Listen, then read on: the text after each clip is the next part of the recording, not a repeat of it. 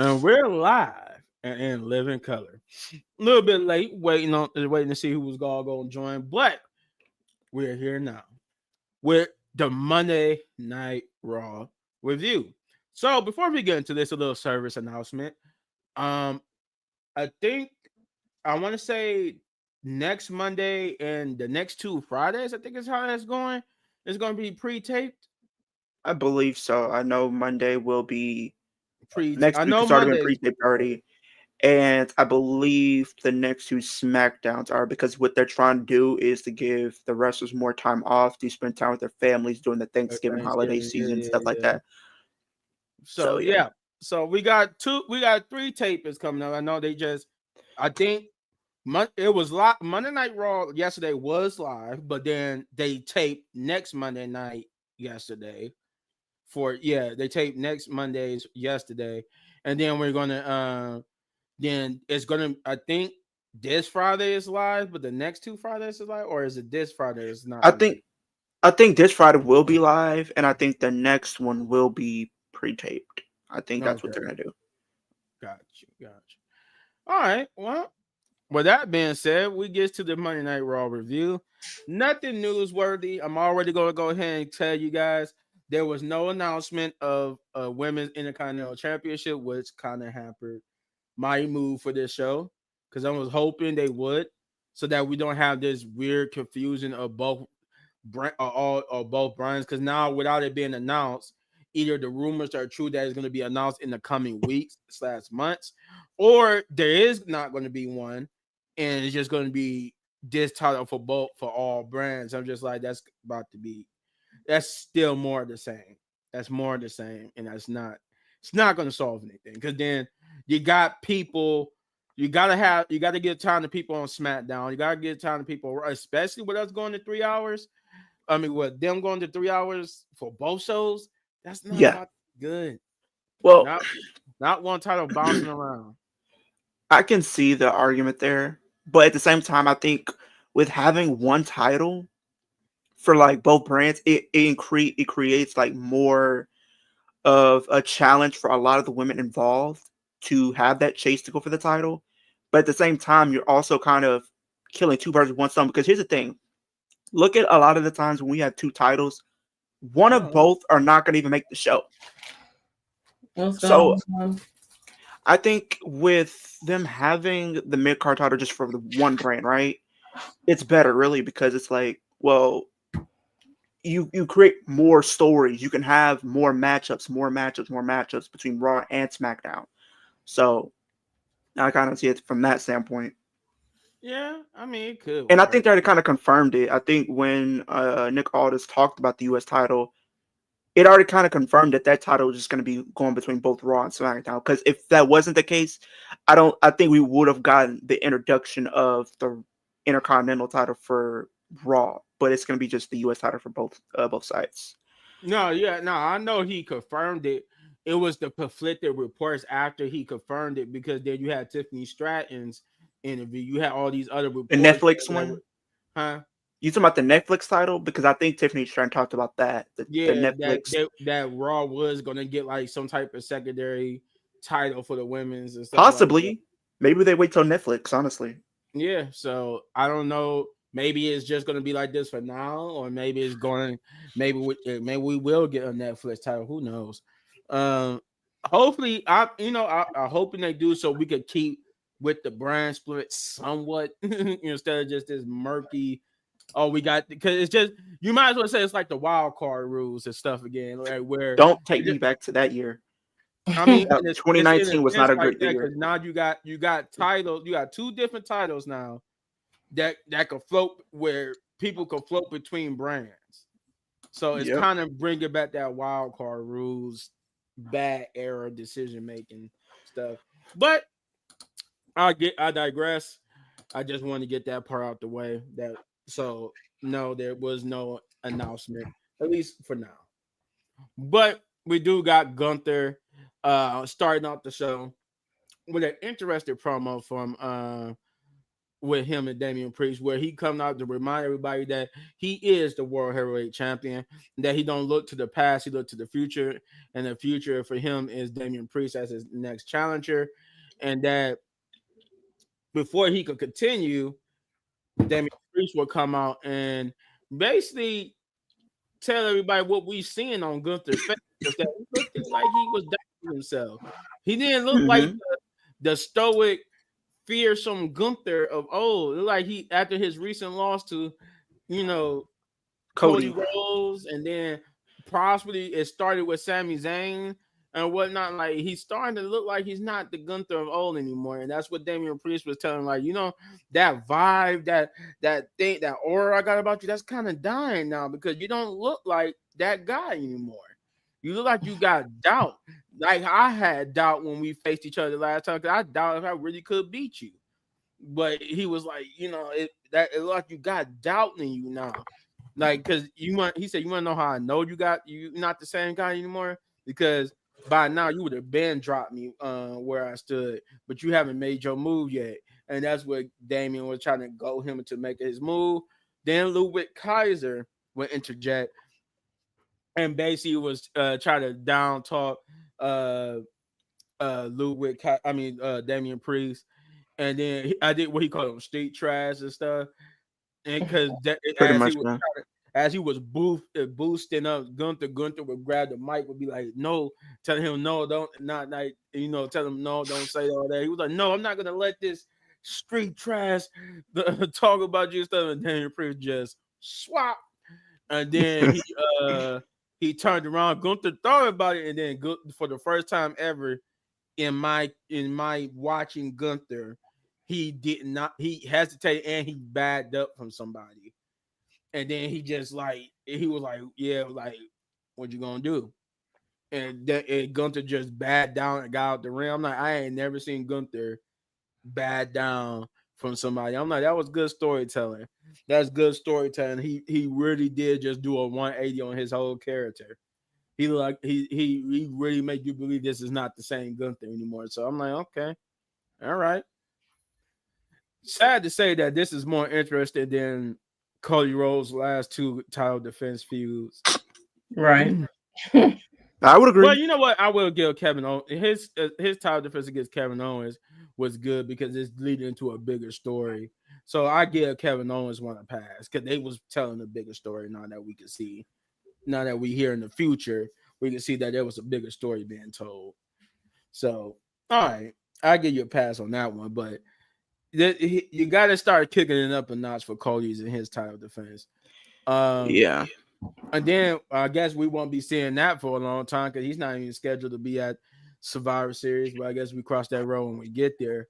But Right. but that is that we do. I think it did get announced. I can't remember what it did, so I'm just gonna say it here. It did get announced later that Damian Priest will be taking on Ludwig Kaiser later on in the night. But with that being said, Leo, what did you think about that promo? I thought it was cool. I was glad to see Damian Priest kind of just digging into his bag of tricks, and he kind of, like he said, he had doubt the first time he did face Gunther just because of the way they were portraying him all this time, Mm-hmm. and then he told them if it wasn't for my so-called brother getting involved, Yeah. I probably would have beat you, and you wouldn't even be standing here as world champion. Which we did see some dissension, so to speak, in the Judgment Day later on in the show. So it's one of those things where it's like we did find out in the same time that Damian Priest will get his opportunity for the title at Survivor Series. Mm-hmm. So I think the match is going to be good. I feel like at the same time they're also kind of just planting some seeds between Gunther and Ludwig Kaiser. I might be the only one that feels that way, but I think there's some seeds that's been planted with those two over the last couple of weeks where Oh yeah, definitely. Gunther isn't really wanting him to talk for him anymore. Right. So Ludwig Kaiser could at some point feels like he doesn't feel like Gunther needs him, and that could create a compelling story between both of them. Not for a WrestleMania, but maybe for like a Rumble, possibly, or a Chamber, or maybe just a Monday Night Raw main event or something. I could see that being happening for sure. Um, I think the thing with Gunther is, like you said, he's lost to Cody, and I feel like that loss has affected him. And I've usually when someone feels like they've hit rock bottom, the only thing that they can do is go up from there. So with this Mhm. loss, it could be something that affects his character, where he becomes out maybe more aggressive in with his opponents going forward. So maybe that's going to create a compelling story with his character and the dimensions of his character going forward for sure. Yeah, yeah. He definitely. I mean, I did because you realize too in that lead up to that crown jewel match, they did also say like not only the previous two things too was that he lost in the Royal Rumble to Cody Rhodes, so they were trying to combine that. You combine that with his loss to Cody Rhodes at Crown Jewel, and make it. Hmm. They try to make it seem like Cody got Gunther's number because Gunther can't beat Cody, can't beat him in the Royal Rumble matches, and he can't beat him here at Crown Jewel. So good storytelling there. Good storytelling. Shay, what did you think about it? Um, of course, Damien smoked him. We all, well, he did in some way, but you can kind of tell Gunther switched it up. Remember, he was talking about talking about go ahead and call me this, go ahead and call me that, and then Gunther kind of Mm-hmm. switched it up because he likes to belittle people. But Mm-hmm. yeah, definitely that Cody loss is getting to his head because he over there trying to figure out different tactics he can use, and definitely Luva Kaiser, like he's about to drop him. He about to be just by himself now. I see that too. Yeah, yeah. They definitely planting the seeds for maybe Ludwig splitting up with them. I would ask Chris, but I don't know if he's with us. So he'll join in. He's here, but he's not popping up, so he might be busy. But we're gonna move on.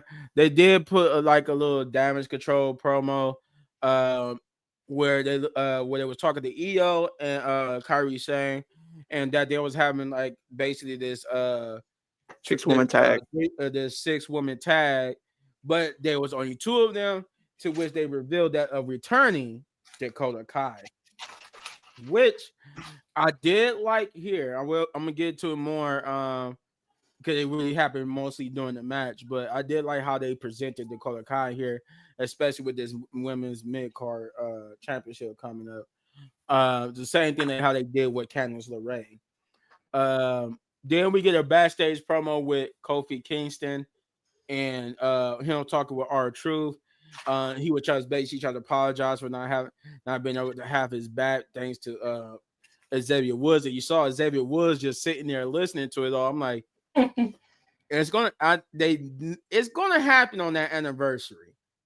It The is. turn is gonna happen on that anniversary because that's and they even said it here is that they doubt if they're gonna there's tension between them. They doubt if they're gonna survive until the anniversary. But yeah, so Kofi is basically saying sorry, and then Xavier interrupts like like he haven't been standing there the whole time.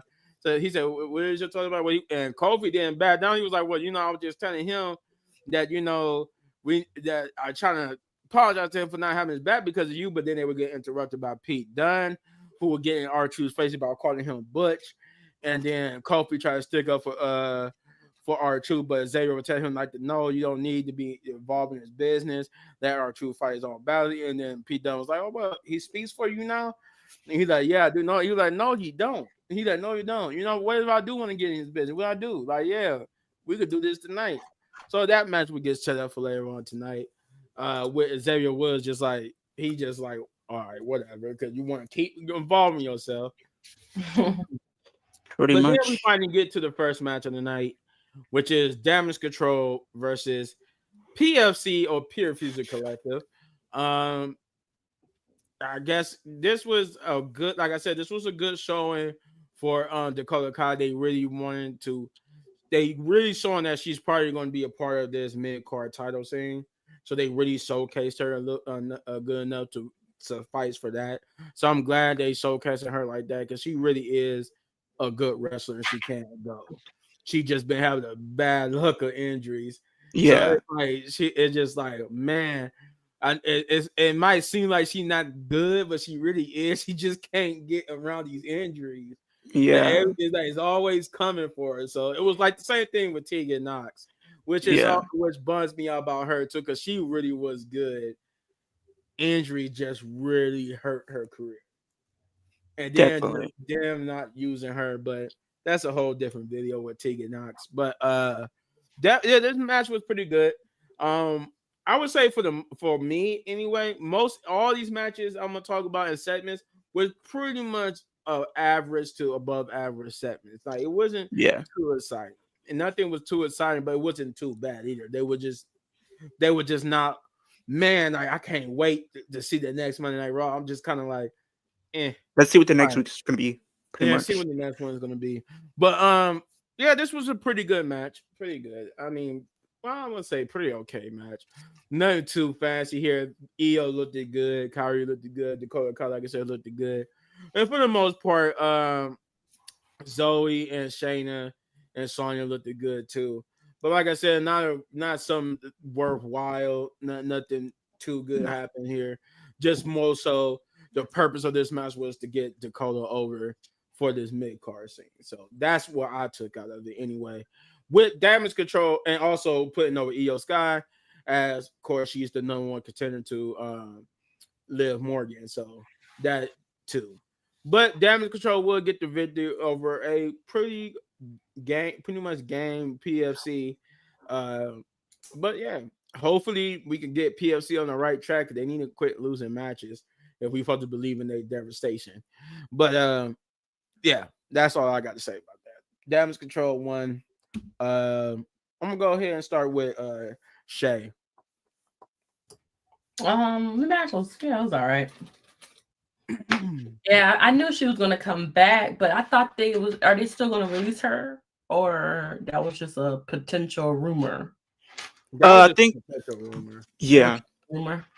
Yeah, because I really thought it was Oscar at first. I thought Oscar was coming back because it's been a long time. No, I did read into that. Oscar will be coming in, but it won't be anytime soon. I think probably in the lead up to WrestleMania, she'll be back. So around Rumble, you can expect her to be back. Yeah, she's not. They said her recovery is going good, but it's not at 100% just yet. So yeah, Rumble.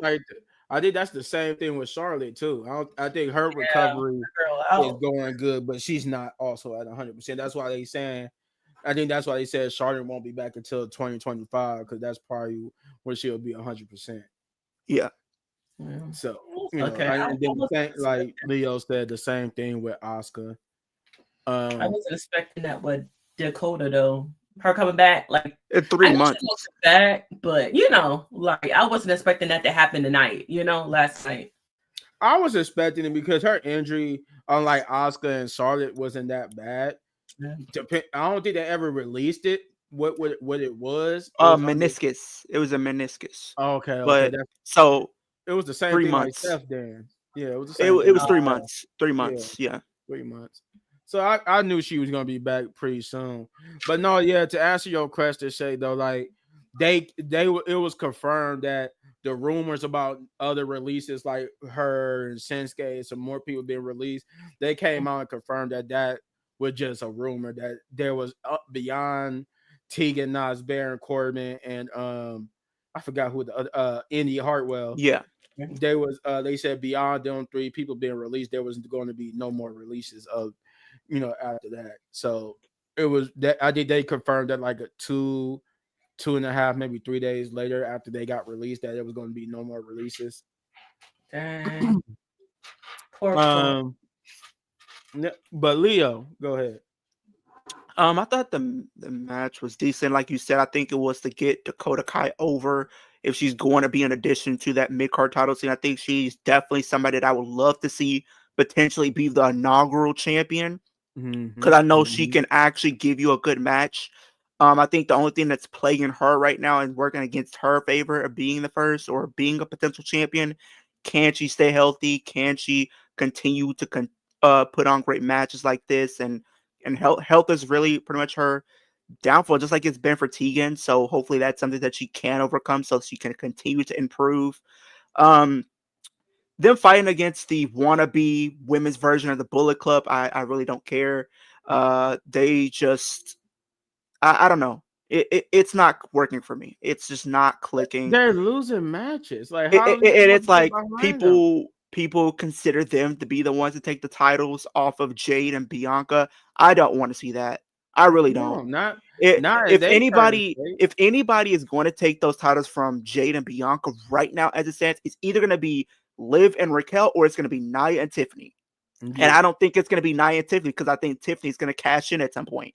I yeah, wouldn't be Tiffany surprised if they do this at Survivor Series or something. I really don't. So it's Tiffany's like, gonna cash in at some point. So I could see Liv and Raquel, but I don't see them doing it now because they trying to save Jade and Bianca for Mania to go up against each other. so So maybe like it's Rumble or yeah, something maybe like that. around Rumble, Elimination Chamber, so we can have this build up until WrestleMania. So they're gonna lose. I guarantee you, they lose the titles I say between maybe Rumble and Chamber. wait, Raw will be probably the first Raw when they go to Netflix. I can see them losing it. Maybe or even Yes, maybe even Saturday night main event. Yep. that the Saturday Night Main Event would be the earliest. I would say. But I don't know if it's gonna be Liv and Raquel. I don't know because Liv still has to worry about EO. And Mhm.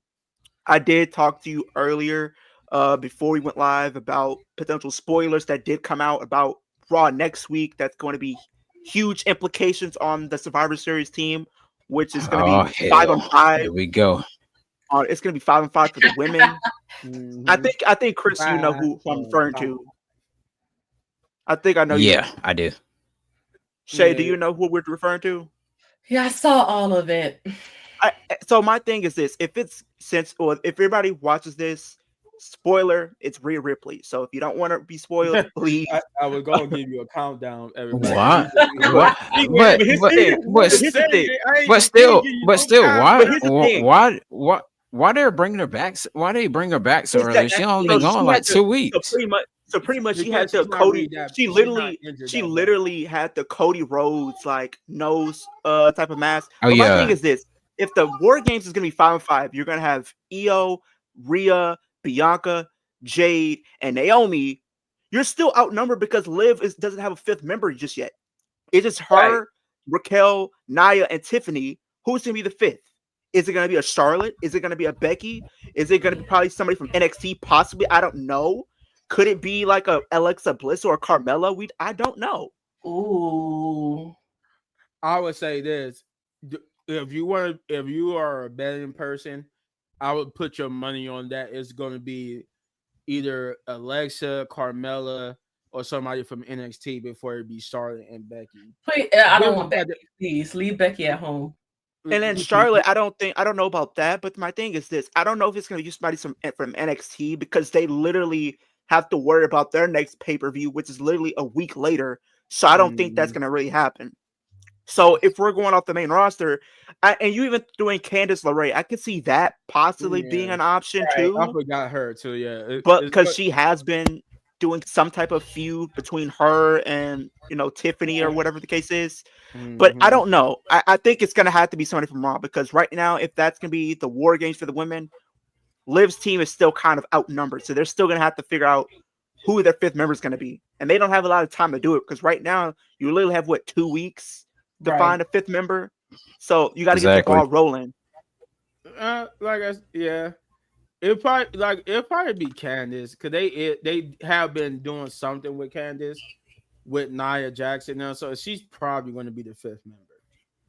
She's probably going to be. I thought Bailey would have been on the team with if Rhea wasn't around. You could have just did Exactly. Bailey. You could have literally saved Rhea Ripley for the Rumble, and then something happens there where she gets screwed over. But I think it's because she's on the advertisement for exactly for the road to for WrestleMania. But here's the thing that's really kind of like too early because, like you said, 2 weeks. Liv still has to worry about EO, which is probably going to be for Saturday Night main event. But then what happens after that? After they do that show in December, you're just gonna get right back to Rhea? No, have somebody else. Rhea should be doing something else. Have feud with Raquel, and then maybe have that feud for be like 2-3 months, and then maybe she wins the chamber or something, and that's how she gets her title opportunity. Yeah. I think that's probably where they're gonna go with it.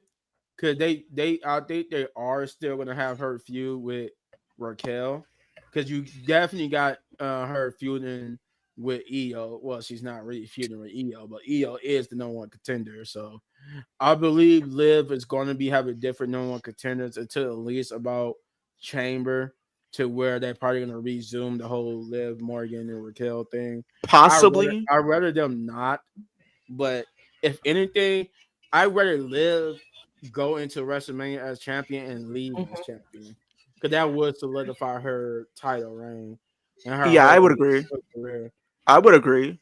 Because, I mean, Yeah. Rhea has been undefeated. I mean, at Mania, I think outside of WrestleMania 36, because, Mhm. well, and 38, but outside of that, she's really won. So why not establish Liv as like, oh, this is your next woman up, honestly. Like, this is the guy, this is the woman that we're putting our stock into to be one of the biggest stars in the company. And having her beat Rhea again only does wonders for her career going forward, because then with her taking that loss like she did last night against Bianca, that could be her first few post WrestleMania going into Backlash. And I did talk to you about this. Backlash will be in Tokyo, so that Which is probably means great. What the pretty hell? much What? Backlash will be from Tokyo, Japan next year. So that probably means Backlash will be like at 2 a.m. over here in the Because Oh yeah, US. they out of luck with this one. I'm going to sleep. I'm because not to- doing that. because No, Tokyo I ain't, today I ain't is getting up at 15 2 o'clock in the morning to watch this junk. Watch that show. Nope. So Tokyo pretty much. is 15 hours ahead. So Yeah, what's so it's basic- 6:38 over here. It's 9:38 a.m. over there. Oh So man, ain't no way, Yeah. ain't no way they're gonna catch me watching I Backlash. barely made it when we had Australia. I barely made it. Like I waking had up to pull an all nighter for that. like Yeah, What, 3 in the that- morning? Remember, that's how it was for this past elimination chamber. It was yeah. like it was in the middle of the night. Like what, like 5 in the it started at 5 in the morning. I'm like, hell no. I was like, I was sleepy at work. I was like, I wake up. watched it, but then I went to sleep, and I then think woke up I think I caught it like this. I think I caught it like mid after like the first hour. I think that's when I caught it. I got up at 6 o'clock. I had watched Well, that. But it's not confirmed just yet, but that is the front runner. So it's most likely going to be Tokyo. It's not confirmed Right. yet, but it is looking like it's going to be Japan. I guess because the WWE see that crowds of the United States they aren't hitting as much as like the overseas crowd. So that's why they're going. That's why they're going over. man. But 2 in the morning though, like That's literally, fine. No man. I What can barely you made it to do? chamber, like, and I'm literally up at 3:30. I literally pulled it all nighter just to watch that show. So you're telling me the same day I won't be on that no live. I SmackDown. won't. So you're telling me SmackDown is going Tell to you be that. literally taking place that Friday, and pretty much people are going to have to stay up to watch Backlash. Right, Like, come on now. because the pay-per-view is gonna be a couple hours later.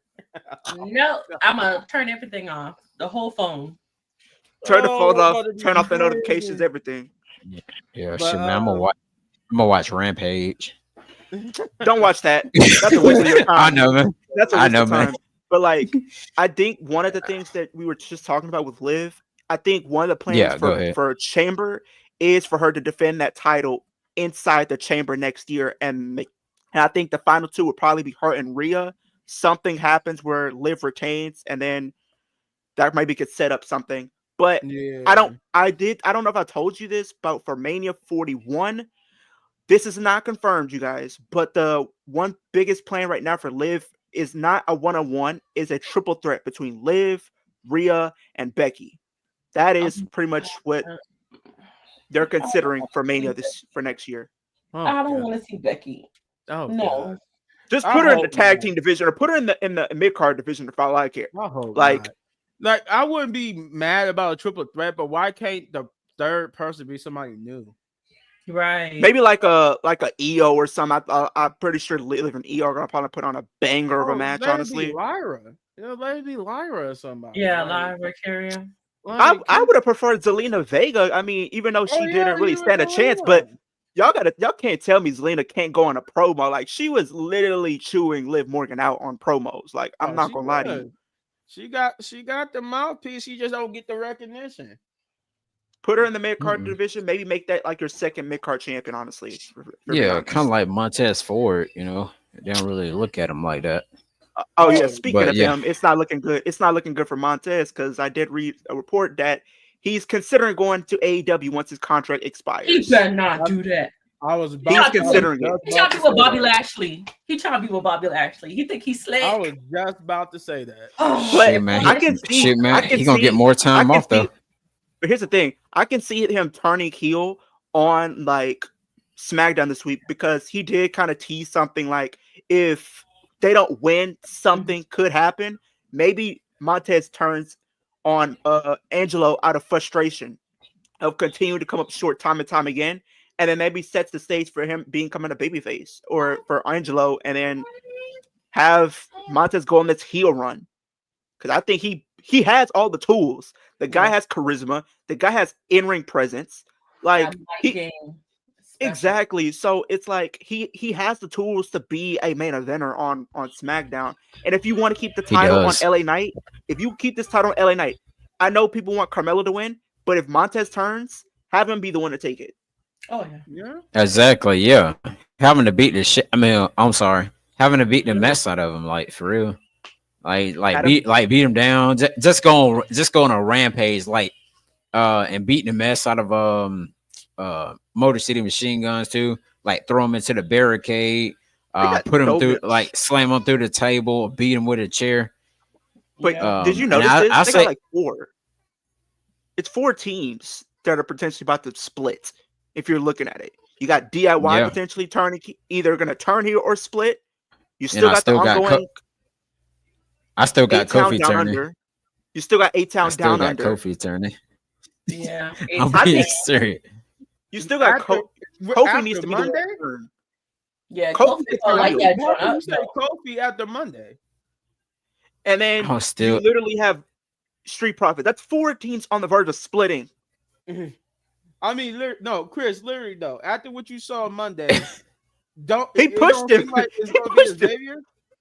No, Kofi. I still got Kofi. I still got Kofi because Kofi keep costing every opportunity that he had. Like every time Kofi goes for the win, it's like Kofi is. I mean, it's like Xavier Woods is there to always stop it. Like, no, man, you don't do it that way. You do it this way. Because at first it's supposed to be at Xavier, but when you look at it, it's always like you see Kofi is frustrated. He's trying to get things right, but Xavier is like the big kid, like it's kind of like the little kid right there saying, like, no, don't do that, no, do that, wait right here or whatever, and focus on your match, kind of stuff like that. And then like you're about go ahead. Because think about it, and it makes sense because a lot of people are going to point the finger at Xavier Woods. They can pull a huge swerve and have Kofi be the one. Because it's an entire career, Kofi's really never been a singles heel. He's only been a heel when he's been with the New Day. And you're probably going to have Big E there to celebrate the 10-year anniversary. Have Kofi turn heel. Oh, that would be getting huge amounts of heat. And kind of going back to what literally happened early in the show with that segment with R-Truth and Pete Dunne. And Pete Dunne was telling Kofi, oh, you're going to let him talk for you. And it can split Xavier possibly on SmackDown. Or put him on SmackDown and put him in the U.S. title division. But see, the thing is with all that, even though that all sounds good, it doesn't do nothing for Xavier. He can still go after the U.S. title. That's the problem. That's the problem with. Because he's not beating Braun. That's the problem with. That would be a good swerve. I'm not gonna say it's not. That would be a good swerve if Kofi turned heel, but it doesn't do nothing for Xavier. And that's been the whole point. They trying to get Xavier over because Kofi's already a world champion. Big E's already a world champion. Yeah, like only for a couple seconds though till Brock came. But here's the thing. Well, I mean, Brock and black people just don't mix. That's we can make a whole video about Brock and him taking. Do you not see what happened with Ricochet? Did you not see what happened with The Rock? Did you not happen to see what happened with Kofi? Did you not see what happened with Big E? I'm pretty sure. If he wanted to go to NXT, if he wanted to go to NXT, I'm pretty sure he would have done the same thing to Trick or Obafemi if he wanted to. Yeah. But Obafemi gonna come on the main roster, he gonna win the briefcase next year at Money in the Bank. And next thing you know, Brock will come running down. Nah, I think Dominic or Finn should win that next year. Honestly, if I'm booking it should be somebody like Dominic. I cannot wait till we get that backstage promo about Finn. I got something to say with that one. But and I know you guys did. Remember what R-Truth told him? R-Truth said, don't worry about Pete Dunne. It's Butch the one you got to worry about. And then he said, "Whoa, he's crazy. I did it again. You did it again." I'm like, don't you ever stop being you, R-Truth. But no, the whole thing I was trying to point out is that it's good. That would be a nice swerve if Kofi turns heel. But it does nothing for Xavier. It could. The spotlight would be more on Kofi than Xavier. Right. And you want the spotlight on Xavier. You want him to shine through because it's about him being his time. That's the whole story they telling. I said the same thing about Braun Breaker too. Like once Jay loses this title, who is Braun Breaker gonna go against? Well, I mean, Sheamus ain't gonna win. He ain't gonna win. We all know that. But here's the thing. Well, according to what was said, because that them damn spoilers. But I was like, damn it. Thing, I understand what I you're saying. couldn't even go on TikTok to try to watch something funny. The thing is, I understand what you're saying. Like, you want it to be Xavier Woods' time, and him turning heel would do that. But you can still do the same thing with him being a face, because now if you have Kofi turn on him, it creates sympathy for literally Xavier in the sense of they want him to overcome his brother, and that could create a huge star in him. Because people, I mean, I'm not saying he can't be a good heel, but he's too much of a lovable babyface. You look at the stuff that he does when he's out of character on Up, Down, Down. He's just a lovable, genuine person, and people gravitate towards him. So you could automatically make a huge babyface with him. If you want to push it that far, build him up. They already did. They already did. When he was King of the Ring, but that didn't go nowhere. But here's the thing, that's a different regime. No, I'm not talking about the King of the Ring. His whole thing with the New Day made him a big baby face. He's already been like that with the New Day. That's why I'm saying that's why it makes sense for him to go here, because he's already a big baby face. That's why they doing this with him. That's why they got him. That's why they got Kofi still acting like New Day Kofi, while they got Xavier acting like this whole. He's changing his outfits up. Because I think he's been ran like the all black attire and the black and gray attire. All black attire. He's cheating now. Like that's what he did, and we're gonna get to that. When he did in that match, that cemented that he's gonna be the one to turn heel, because he's using underhanded tactics. Yep. But we're gonna get to that. What I wanted to do before we move on, since Khris is with us, Khris, what did you think about that first match, and then what did you think about that opening promo with Gunther? So that was nice with that opening promo. I have to say that Gunther did, tell a good story by feeling like he's not a great champion and everything, and all that. And then you got Damian Priest, of course. He was just like all smiles and giggles and everything. But look at Kaiser coming out. So I wonder, that feels like I don't know if that's like some real tension there or not, or what's gonna happen between those two. And then but it was cool though. As far as the what was the opening match one more time? Damage Control versus PFC or Pure Fusion Collective. No, I call them the Pure Fusion Cringe. Yeah, we can't say that on. You know what they are? You know what I call? I call Pure Fusion Collective the wannabe women version of the Bullet Club. That's what they are. Coming out with the guns blazing signs. Like, come on now, they ain't the Bullet Club. Y'all ain't from New Japan. Y'all ain't putting no work. I did notice in the match that Shayna Baszler looked real rusty though. She was real rusty when she was in that ring. I was like, why is she like? What happened to the NXT Shayna Baszler that I knew that I thought was going to be a champion? That's what happened. It's gone. Yeah, I know. Yeah, but in not being pushed like she thought she would under Triple H. Yeah, but I have to say, man, it's hard to see Zoe Stark a part in that group. The match was cool and everything, you know, just to celebrate Dakota Kai making her return. But I don't know what to say about this Pure Fusion Collective group. I feel like WWE is about to split this group, possibly, possibly around Royal Rumble time, Please do. on one of those little shows. Either split them or let them win matches and be dominant. Because you got to do one of the two. If you want them to be dominant, you got to put them over as dominant, or you're gonna have to split them. Because what you're doing now with them because it's definitely not working. Because Zoe Stark is better. Zoe Stark is even better by herself. Yeah, Zoe Stark was better by herself. So she's probably gonna they could potentially try to make her a breakout star of the group.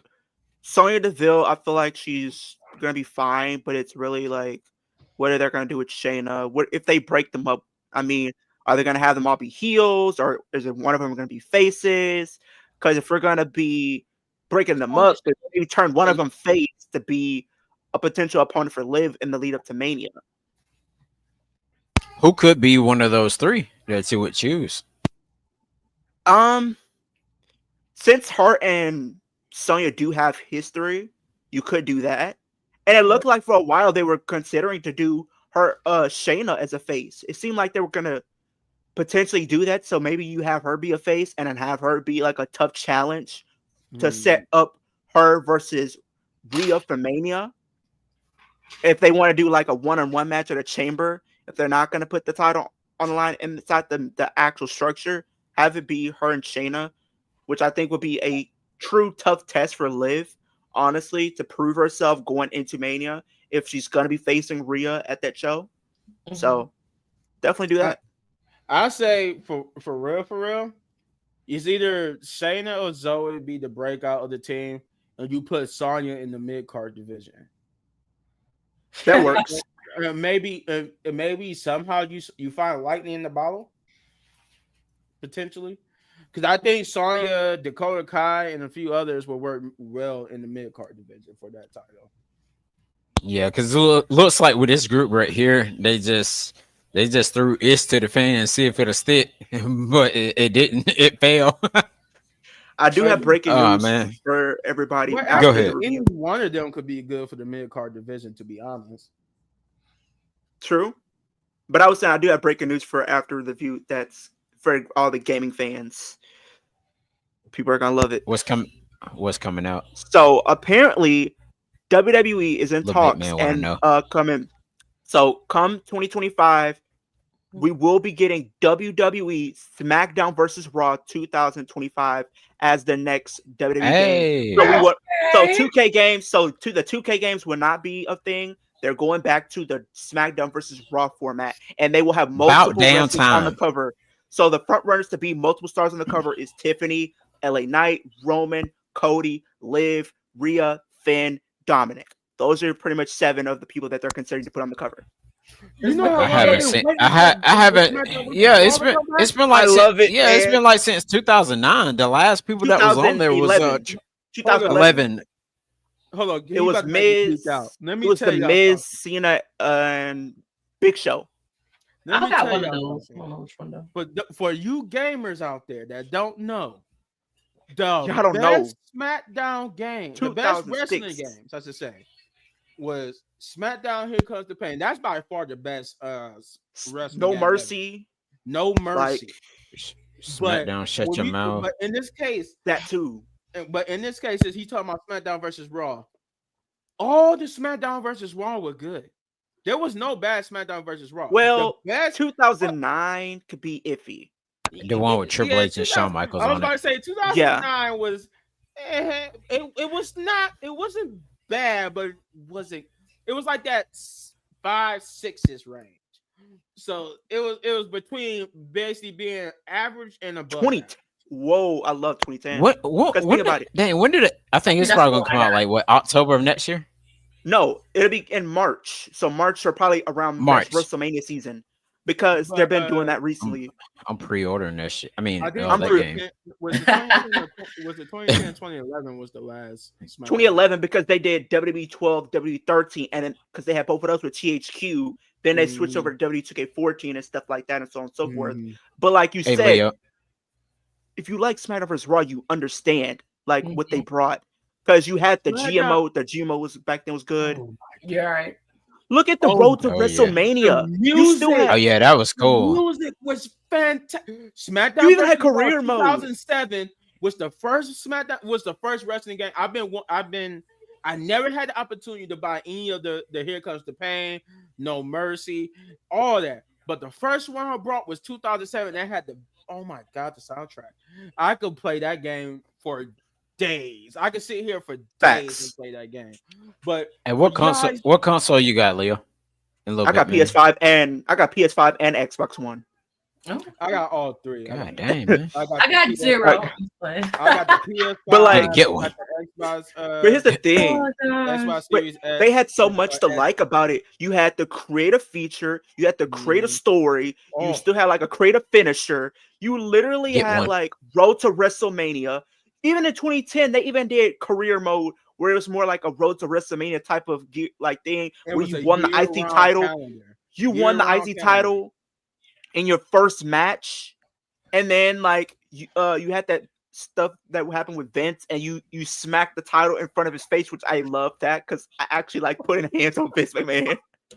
Oh, was that SmackDown versus Raw 2006 or was it 2010? 2010. Yeah, like you smacked him upside the head with the IC title once you gave it back because you had two options: give it to Santino or give it to Vince. And if you give it back to Vince, you give it to him, but you smack the title in front of his face and he falls back in his chair. It was all. I'm telling you guys, even free roam, and that was made famous by Here Comes the Pain. Here Comes the Pain was the first wrestling game that allowed you to free roam from the ring. Like you could go from the ring to the backstage. Like you could do all that.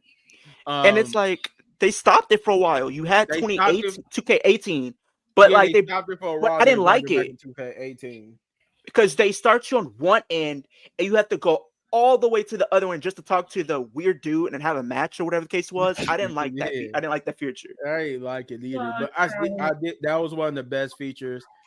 The Here Comes the Pain had the best story / career mode because you got to go through you got to actually pick instead of a created character. I think you could use a created character, but most of you got to pick. You had to pick an actual existing superstar. And there are new features coming too. There will be new features for career mode that are coming. So I think one of the features is for career mode that potentially could happen is you can choose to form a faction, break up a faction, go for other titles while still being in a faction. Mm-hmm. So I think that'd be a cool feature as well. I'm like, okay, SmackDown vs. Raw, I'm all for it. I feel like a kid again if that happens. Oh my God. Because I grew up with the Here Comes the Pain and No Mercy and Shut Your Mouth and stuff like that. Like, I mean, if you never played those games, like if you even got the old system or you I still do. Find a way to play. I still have it just cause. Yeah. Find a way to, if you guys don't got it, find a way to play Shut Your Mouth, Know Your Role, all the older games because they was good. You think these games are good? Those games was the peak of wrestling games. SmackDown vs. Raw. They had great soundtrack, great story. It was just engaging. I mean, man. And like I said, here Comes the Pain and all the SmackDown versus Raws.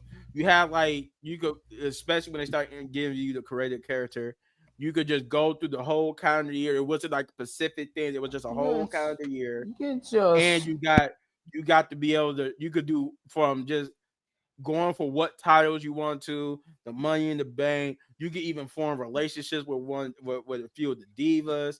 Like it was. I hope we get that in the game.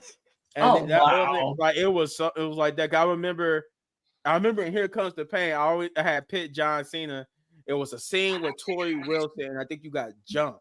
I think you was about to go. It was about to do something, but then you got jumped by your rival. I don't know if this was in 2006 or 2007. You had a storyline with Edge, and I think you used a female wrestler to help you win the world title. And then when she finds that you're cheating, she puts you in numerous title, but it was all a ruse, and she still ends up being with you in the end. Right. Even it was a lot. Even in 2011, because you still had, you can have the Christian storyline, the Rey Mysterio storyline. Oh God. Like, you even had to defeat the streak in in the other games. I feel like we get that. Like, come on now. Like, if you guys haven't played SmackDown vs. Raw vs. 2000 and 2006 was probably like one of my favorite ones. Yeah, I'm telling you, like, cause I think it was SmackDown vs. Raw, 2006, 2007, 2008, 2009, 2010 and 2011. And 2010 the soundtrack. Like I said, 2009, like we said, was kind of the iffy one, but it wasn't bad. The soundtrack, though. The soundtrack. You open up the game and you got wrestlers' themes playing, or you got custom themes like from other artists. Like, I loved it. I mean, man, I could listen to the SmackDown vs. Raw 2007. 2010, because you had Skillet by Monster. You had other things like, man, I like me some rock music just because I actually heard that song. Wrestling is the reason why I got into rock. I ain't gonna lie. Wrestling was the reason why I got into rock. I wasn't into rock before wrestling. Agreed. But enough of the geeking out over video games here. All right, my bad, y'all. We good? Getting back on track. So after the Damage Control victory here, we got Sammy J and Jimmy. And this would be the start of a semi-long night of them trying to find out who was going to be their fifth member. It started off with Sammy and Jay. They doing a little handshake.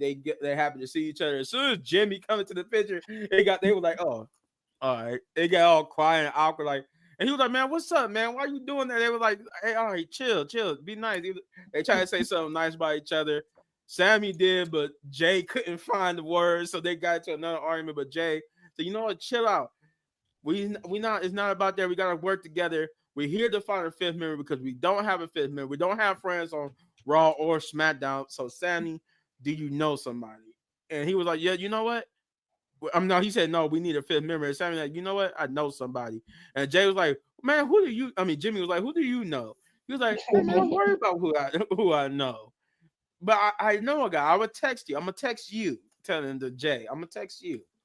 And then you got Jay trying to tell Jimmy to be nice or whatever.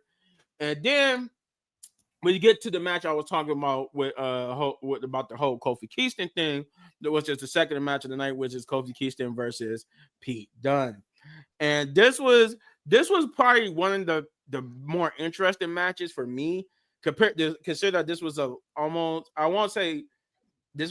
a average show, but this was a match that was interesting to me because of the fact that it keeps continuing this descent of the New Day. And Kofi, like I said, it was a good back and forth, but what upended this match was when Xavier used heel tactics and he attacked Pete Dunne behind the referee's back. But this is why I was saying to Khris, how could you pick Kofi where Kofi was doing the honorable thing here? This is why he lost, because Kofi got mad that Xavier was trying to cheat. And he was like, what are you doing? I didn't need you to do that. Why are you doing that? And he was like, don't worry about me. Just it happened. Go get in the match. Go win the match. He's trying to get him to win the match, but you could tell Kofi don't want to win like that, because that's why he's arguing with Xavier, and that's obviously what caused him the whole victory here, because he got mad at the underhanded tactics, and that's what got him caught by Pete Dunne, and Pete Dunne would take the victory. But the argument wouldn't stop because he was helping. Xavier was helping him, but then they got into another argument because Xavier I forgot what he said, but it made Kofi mad, and he pushed him. Was like, what do you mean? Like you went and done that, blah, blah, blah. And they got into an argument. So I'm like, yeah, Kofi's going to get tired of, not Kofi, but Xavier is going to get tired of Kofi and all his shenanigans of not using the tactics and worrying about other people, because that's the story I think everybody's missing, is that Kofi is being the good guy that likes to help people and stuff. And that's what Xavier is mad about. He wants Kofi to worry about himself, and to worry about their business, not to interfere. Pretty much, he's trying to tell Kofi, be more like me, who don't care about people and just care about the victory. And that's a heelish thing. So that's why I said it's kind of hard to say Kofi when you got Xavier trying to do heel stuff. But again, I do agree that it would still be a good swerve. But it wouldn't make sense to have Kofi be the good guy and then Xavier do the heel stuff, and then all of a sudden you switch and now you got Xavier being the good guy after you just built these months of him doing bad guy stuff. So it'll be a good swerve, but it'll be kind of pointless if you swerve us like that and then, well, what was the whole point? You wasted our time for months building up this resentful Xavier Woods was getting tired of being the third guy of the group and being not the one with success, to now he's the guy who don't care about success and now he wants to be the good guy again. Like it's a weird swerve. It'll be a good swerve, but it'll be also weird at the same time. But with that being said, Khris, what did you think about this match? I thought the match was it was okay. It wasn't like exciting or anything. But I mean, you kind of figured something's gonna go down in this match. But we seen what happened and on to and I think it's is it the 28th is when the New Day formed their group back in 2014. It was in 2014, November of 2014 to be exact. Yeah. Let me look for the exact date. Wait, what day? Okay. Let me look for the exact date. He said it was November 2014. But I want to say it's at the end of this month. I do want to say I think it's the 20. I think it's the 28th. I want to say it's after Thanksgiving. I don't think it's before November 28th. Yeah. They made their debut. Okay. Gotcha. So it's is that Thanksgiving Day? Mm-hmm. No, that's after Thanksgiving. Well, what day is Thanksgiving? Thanksgiving is on. Oh no, that is on Thanksgiving. Ain't that something? Yeah. No, on Thanksgiving. Yeah, that's on Thanksgiving. They gave thanks. They gave thanks. Thanks for this ass whooping. They'll have to act. That's the 28th. Yeah, they'll have to do. Yeah, so they gave thanks, and now they're about to be unthankful. No, it's gonna probably happen on the week of probably Thanksgiving, or probably, even though it's probably gonna be pre-taped regardless, but still. Right. Yeah, it's gonna be pre-taped because they don't actually have a show for that Monday on the 25th, but they pre-tape for the 25th. So I'm guessing on that Thanksgiving, I'm guessing they're gonna do the whole, whoever turns heel on that 25th episode overall. Right. Hopefully, spoilers don't make it less impactful, but this is pre-tape. But go ahead, Khris. Finish your thought if you didn't finish. Oh no, I'm done. Oh, okay. So, Shay, what did you think about it? It was cool. I like when Kofi had pushed that boy though. I knew something was gonna happen though when it was walking back, but it's coming. It's coming. We're gonna be thankful when we get this one because this one is gonna be good. Regardless of who does turn heel, I just be glad that Kofi could be a singles competitor again. So that's my only thing. But no matter if they do swervers and make Kofi a heel, or they keep it like how we see it's going, and it might be Xavier Woods. As long as both of them are singles competitor, that's good because you can't really do nothing more with New Day. They peaked. They got the second longest title reign with tag team. So boy, that was a clean outside. Oh, my bad. But yeah, Leo, watch NXT. Sorry. I thought the match was cool. For what it was.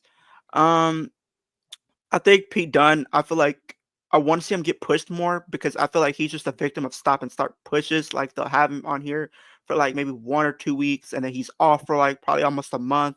Then they bring him back. Like he's somebody like when Vince like stepped down and Triple H was taking over. He's somebody that I want to see be pushed more to the forefront, potentially get in the mix for the IC title or the US, depending on whatever brand he does end up on next year. But we'll have to see how that kind of plays out. But I think they're definitely teasing more dissension between Xavier and Kofi. I did like when Kofi did push Xavier because it kind of just planted that seed. Like, okay, now it can be an even playing field. Like either one of them could turn heel on the other. For the most part, everybody thinks Xavier's going to turn heel, Kofi's going to be the babyface. But with this week, they kind of changed the narrative just a bit and made you think like, oh, it's a possibility Kofi could be the one to turn heel too. So I liked how they plant those seeds as well. Hopefully we could see more of that, stuff like that. But I probably feel like the actual turn itself will be probably the week of Thanksgiving because that is the last week of the month. So right. So I feel like that's gonna happen too. And the week of Survivor Series. So of course it's probably gonna be that happen like that. Now I do think Big E is gonna play a part. Like even though he can't wrestle right now, he's definitely gonna play a part in that story. Put him on. Right. I know it's not gonna happen, but this is pretty much be Facebook, and I hope if Big E is cleared, potentially have him be a surprise in the Royal Rumble next year. Oh, that would be nice. That would be nice. I would love to see that. I would love that. Okay. So we got this is what Khris was waiting on. The Judgment Day promo. I was waiting on this one too. This is the Judgment Day promo now where they all backstage and they talking amongst themselves about different strategies, but they were talking about almost I think the World Heavyweight title picture and whatchamacallit, Dominic almost winning, but Finn Balor would take offense to that because he said, I thought we was all agreed that we was gonna focus on the tag titles, and while you focus on your title defense with EO and all this other stuff, but now it seemed like Dom, he got up at Dom's face, but now Dom, because of what happened with Dom, now Damian Priest is one win away from being world heavyweight champion again. And I thought because you said you could beat Damian Priest, and Dom was like, well, I did beat Damian Priest, and I had done more than you could have, when it came to your time to try to beat Damian Priest and do all this other stuff. And I got closer to the the World Heavyweight Championship than you have. And that's where he was like, wait, you want to say that again, kid? And they got into each other's face, but then Liv and then would break it up. And he said they were like, hey, we supposed to be a family here. We all a family. He's like, you're right. We is all a family. He said, how about you and Dom and Carlito go face the War Raiders and show them what the Judgment Day is all about. And you saw Dom just smirk at Finn like, all right, I go make it official. You saw Carlito like, wait, what? Huh? Wait, no, that's not cool. and you see Rhea not Rhea, but Raquel like, yeah, I think you need to go after him. And so he chased after Dominic Mysterio, and that was pretty much it for that. I want to move on, but I know y'all want to say something about that, so I'm gonna let y'all say what you gotta say before we move on to this next segment about that Judgment Day promo. I thought it was cool. No pun intended to Carlito. It was cool. I feel like you kind of tease some dissension in the not the bloodline, but the Judgment Day. Oh shit! With them doing that, because it's like Dominic looks like a heel, right? And he rubbed that into Finn Balor's face, right? He says, I've gotten closer to the world title. I beat Damian Priest, which is something you couldn't do. So it's like he's really throwing shots at Finn. Finn wasn't having it. He was like, he pretty much he said, you want to say that again? Because pretty much Finn was like, if you want to go there, we can go there real quick. And I feel like the stories they're telling, I would not be surprised, maybe by the end of this year or probably in the lead up to where Rumble, Finn is the next one to get kicked out. I can see Finn Balor being the next one to get kicked out of Judgment Day and have him go back to being a face. Because I feel like that's what I was saying. Here's what I would do. And here's what I would do. I don't know what the world title is gonna picture will look like come Mania. I know people saying maybe Punk and Rollins can be competing for that title, but I don't think that necessarily needs to be for the world title. I know a lot of people thought the same thing with CM Punk and Drew. The match was good, the storyline was good, the feud was overall really good. It didn't need the title. I think when you get to CM Punk and Rollins, it does not need the title to be involved. What I think should happen, if they do go with this storyline of Finn Balor being the next one to get kicked out, he becomes a face again, have him enter the Royal Rumble, have him win the Royal Rumble, and have him go up against Gunther at WrestleMania. And maybe you can have him give his moment to him becoming world champion at that show. Or maybe have him stay a heel or something, or be a tweener and have him be the one to defeat John Cena. I mean, he already done it before. Who would say that he can't do it again? So I think that's what the route that they're going to go with this feud, but we'll have to see. But I definitely think they're teasing a tease where Finn Balor is the next to get kicked out, and maybe he reverts back to being how he used to be in NXT, when he was he wasn't really a heel, but he wasn't really a face. He was just not taking anything from anybody. If anybody wanted to fight, he was up for it.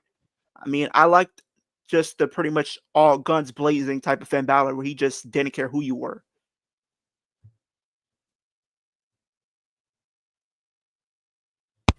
Wow. Go ahead, Chris. What did you think about that? I'm sorry, man. I'm sorry, man. I'm up here. I was out here staring at NXT. That was kind of weird how that match just ended, right, Leah? On NXT, yeah. Yeah, it was kind of weird how it ended. How the they potential Survivor Series match has been kind of. No, I'm just saying how. Even though we were talking about it earlier. Go ahead. All right, but yeah, though. So I thought it was pretty cool. I was curious to see. I am curious to see who's gonna get put out, but Leo pretty much said it seems like he wouldn't be surprised like if Balor get put out. But it also would be bad if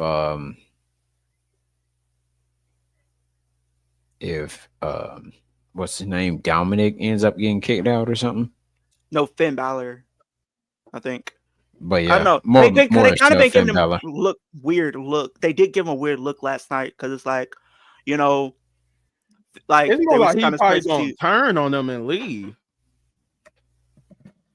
I can see him and JD McDonough like leaving the group. Where you gonna go, SmackDown? Well, yeah, but I want to see Finn Balor on his own. JD, but no, he needs to be on his own. But it's probably that's what I'm saying. I guess it's probably gonna happen once they lose the title. Once they lose the title, I can see that happening. And they're more. I mean, when are they gonna fight the War Raiders after next week? Maybe at Survivor Series. Is it gonna be the go home show or at Survivor Series? Yeah, one of them. But where y'all think? Where y'all think this should happen at more so? Survivor Series, because you're gonna have the women's War Games match, the men's War Games match. Yeah, I think you still have the Damian Priest and Gunther match. That's 3. You still need 2 other matches if you want to do a 5 match. So do the tag titles. Yeah, that's true too. And then both women's title competitors are going to be in the War Games. So why not? Gotcha. Right.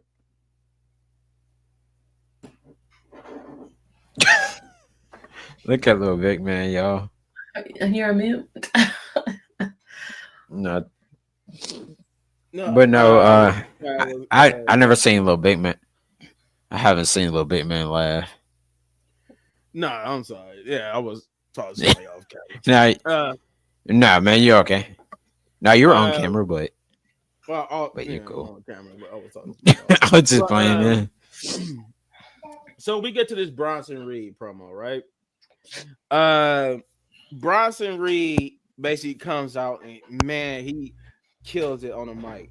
So he gives Seth Rollins his props for beating him at Crown Jewel, saying that he was one hell of a competitor, but he was like, I'm not a competitor, I'm a monster. So he said, Mister, he said, if you and I took you out, which I think that was last week, and he said, if you want payback, well, Mister Architect, Mister I forgot how Seth Rollins' little motto goes. But he was like, if you want revenge, come out to the ring. But then Seth Rollins' music would hit, and then he would come out. Looked like he was getting ready to talk. He had a microphone in his hand. He said, no. And I had, the funny thing is, I have Charlotte Flair flashbacks because if y'all remember a long time ago, Charlotte did like the same type of promo, right? Where she came out, looked like she was going to talk, and then she just threw the microphone and ran for the brawl. But what people didn't catch was, or I did, the camera did catch it, but if you paid attention, when she meant to throw it downwards, but she was so in character, she threw it sideways and it hit a fan. And I'm like, oh no. So and when Seth Rollins did the same type of thing, I'm like, please don't throw it sideways, Seth. That's flossing. Don't be like started and throw it and hit a fan with it. And that's a lawsuit right there. You heard it. Yeah, just give me. You saw the girl go, oh my god. She was like, what the heck? And I think I heard that they let her keep the microphone and they brought her backstage and stuff like that. But it was just so funny. I'm just like, please. Just give me about 10 grand. I'll be all right. Right. I'm gonna need about 10K. Forget the microphone and stuff. Give me 10 grand. Shit, 10 grand. That guaranteed contract. That ain't gonna be right. Well, free ticket to the next 5 shows. Yeah, I'll make up for it. You probably will get a lot of money for that actual microphone that they use. I probably said it for about 30K. Yeah, but they got into a brawl. Just like with Nia Jax stealing that people title. No, she give it back to her though. She give it back. Yeah, they give it back. Yeah, son. But that was cool. That was cool though. I like that. Yeah. I think didn't they bring that person backstage to give it back to him? I believe so. Yeah. I would think. Maybe. Yeah, I think they brought them backstage to give them back the title. But that was cool though. That was cool. Yeah. Top tier. Yeah, I'd be sometimes hoping that would happen to me so I could go backstage. Okay, it would be such a heel thing to do, like to take the person's title and they'd be like, hey man, you want to come backstage to get your title and meet the superstars? Be like, cool, oh heck yeah. Take some pictures and whatnot. But no, yeah, they get into a brawl. And that brawl went for a minute too. And I think at one point Bronson tried to put Seth through the table again by doing the splash on him. But this time Seth would get up and jump onto Bronson Reed. They would fight from that area back into the ring and almost up the ramp until they was being pulled off. And this will have a continuation afterwards. But before we get to that, Leo, what did you think about this Bronson Reed Seth promo? I thought it was really good. I mean, the brawl even went during commercial break. And we know that and we did find out that the match between the two will take place next week. Now, this time you could do an actual countdown, little big man, for spoilers and stuff like that. So there is spoilers, everybody. So there is spoilers. So if you don't, you skip up if you don't want to hear it. If you don't want to hear the spoilers, obviously, once we get done with this is live right now, so you can't really skip forward. But if you're watching this after the live, you can skip forward a couple, maybe what I say, good 2 3 minutes, yeah, a good 2 to 3 minutes. Skip 2 or 3 minutes ahead.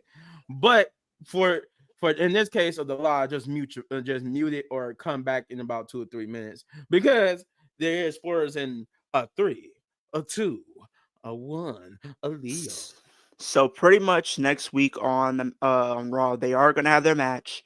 The Bloodline will be getting involved and cost Seth Rollins the match. And it looks like Bronson Reed will be the 5th competitor to compete on the Timu bloodline side with Solo, Tama Tonga, Tongaloa, and Jacob. And then it looks like with that happening, Seth Rollins will probably be the 5th competitor on the side with Roman, Sammy, the Usos, and Roman. So yeah, it's pretty much, yeah. It's pretty much, if that's the case, it's probably most likely gonna be Seth.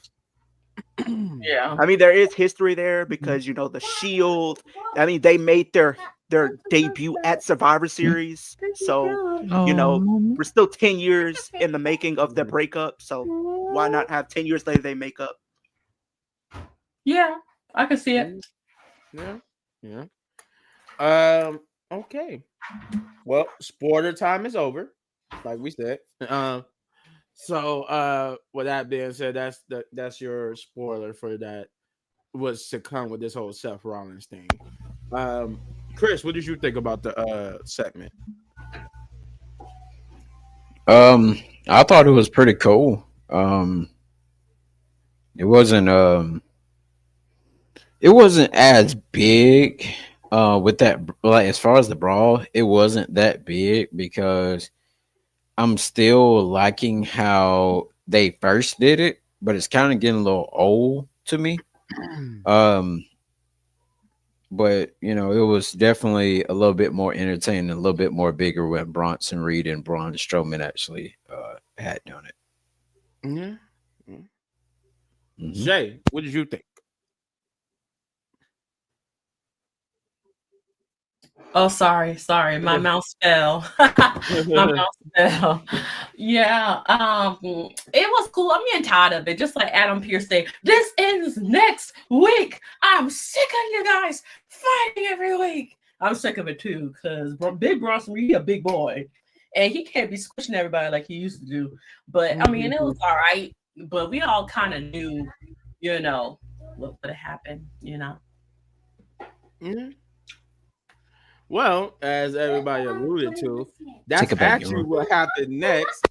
So I think after that, it went on a commercial break. But when we come back, there's a backstage promo with Seth arguing with Adam Pearce about ended things with Bronson Reed, and he said, "I told you already, time and time again, about how I need this match. I want the match." He said, "You're gonna end this. He's like, you're gonna end this match. Well, you get your match next week. End it, because I'm sick of it. End it." So pretty much that's what happened. But that wouldn't be the end of this. Because then we would get Sammy. Sammy would approach Seth and say, "You know what? I know what you're gonna say, but just hear me out." Let me hear me out.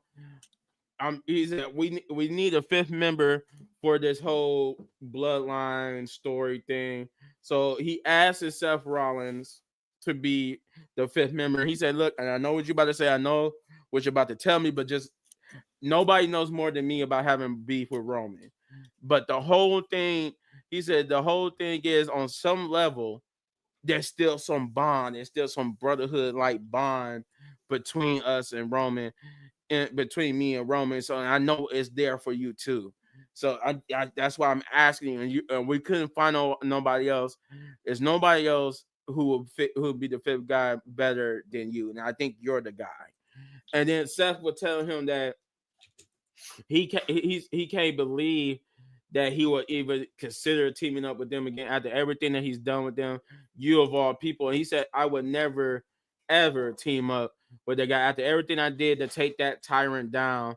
You want me to team up with you and help build him back up?" He was like, "No." He said, "The answer is no, thank you, but no." He said, "I would never team with Roman ever again." And that wouldn't be the only time we hear those words from Seth. But I'm gonna get to it.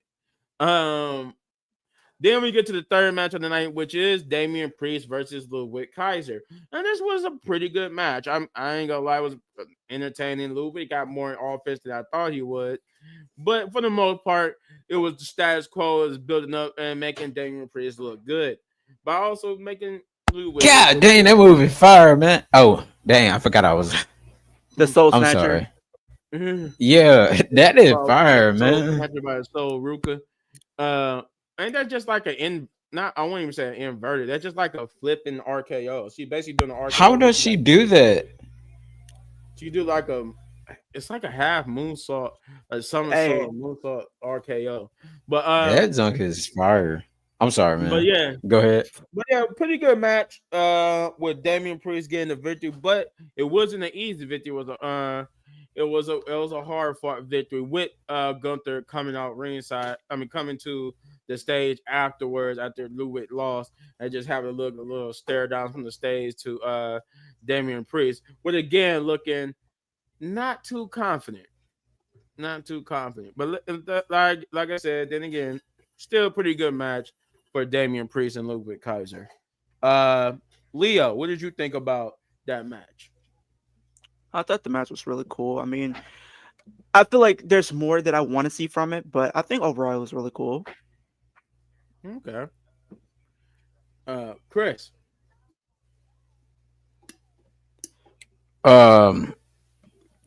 What match was it? I'm sorry. God dang it. Damian Priest versus Ludwig Kaiser. We already know. Well, I thought Gunther was gonna run out, but then again, he didn't run out. So they were trying to keep Gunther, in that feeling like not a good champion or whatever. But it was okay. All right. Shay, what did you think? It was okay, yeah. It was okay match. Damian, I like Damian, so we wanted Damian to win or whatever. So I guess we'll just see what happens later on with them. Yeah. All right. Then what we got? We got that one. So we got Braun Breaker backstage, right? And he's having an interview possibly about that because they show how him and Sheamus went back and forth for the Speed Championship, and they basically fought each other to a draw because I think they hit each other with like a boot or something, and they stayed down too long. They both got basically the speed counter or whatever timed out. But they were so heated about it that they kept fighting afterwards and had to be broken apart.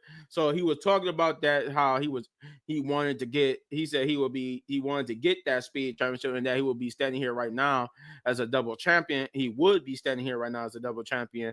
It was not for well, I forgot the name. He called Sheamus some names, but I think one of them was like a idiot or something like that. And then Sheamus would come around and say, I couldn't help overhearing that you called me an idiot and all this other stuff. And he was like, yeah, I did. And so he was like, I was just like you, cocky and arrogant. And I went and took the title from John Cena and put my boot on his throat and stuff like that. And that was all because of cocky and arrogantness. And he said the same thing I see in you. But if you feel like you want to put that title on the line against me, then you can. And then Braun Breaker was like, I didn't understand a word that you just said right now. But if you want me to fight for this title, you want to fight me for this title, then yes, I'd be glad to kick your old butt. He said, this old butt still got a lot left. And he said, then fine, we can do it next week, fella. But then after he left, Braun Breaker would get approached by Jimmy Uso. Mm-hmm. But we didn't get to see. That was it. That he just said, "You got a minute?" And he said, "Yeah, I got a minute." And they was getting ready to talk, but then it goes away. So we don't know what became of that, and we won't find out because they didn't say nothing else about that for the rest of the night. I think that was like, if I'm correct, that was the last you see of Jimmy, Jay, or Sammy for the rest of the night. I actually did think saw a segment pretty much that I don't think people caught. So I don't know which segment it was, but Jay Uso was talking to Rey Mysterio in the background at some point during the show, and Rey was like, "No." They had one of them type things. Yeah, I missed it. I did too. I know when Braun Breaker was walking by, he was talking to him. Was it? Yeah. Was it with the Final Testament? It could have been with the Final Testament. Yeah. But I don't think it will be Braun Breaker because he is competing for the IC title. Right. We might have to do another spoiler countdown, unfortunately. Unfortunately. So you want to say it or I'll say it. All right. Well, again, All right. you watching this after the stream, skip about 2 minutes, 3 minutes ahead. Pretty much, yeah. But for you, those who are watching the stream, a 1, a 2, a 3, a Leo.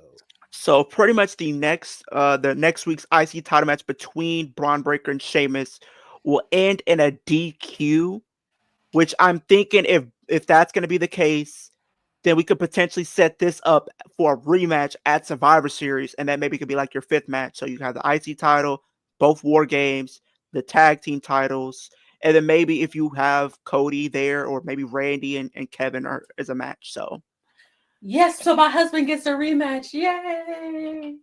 Well, yeah, that's if, because we don't know how long they're gonna play this whole injury angle with Randy Orton.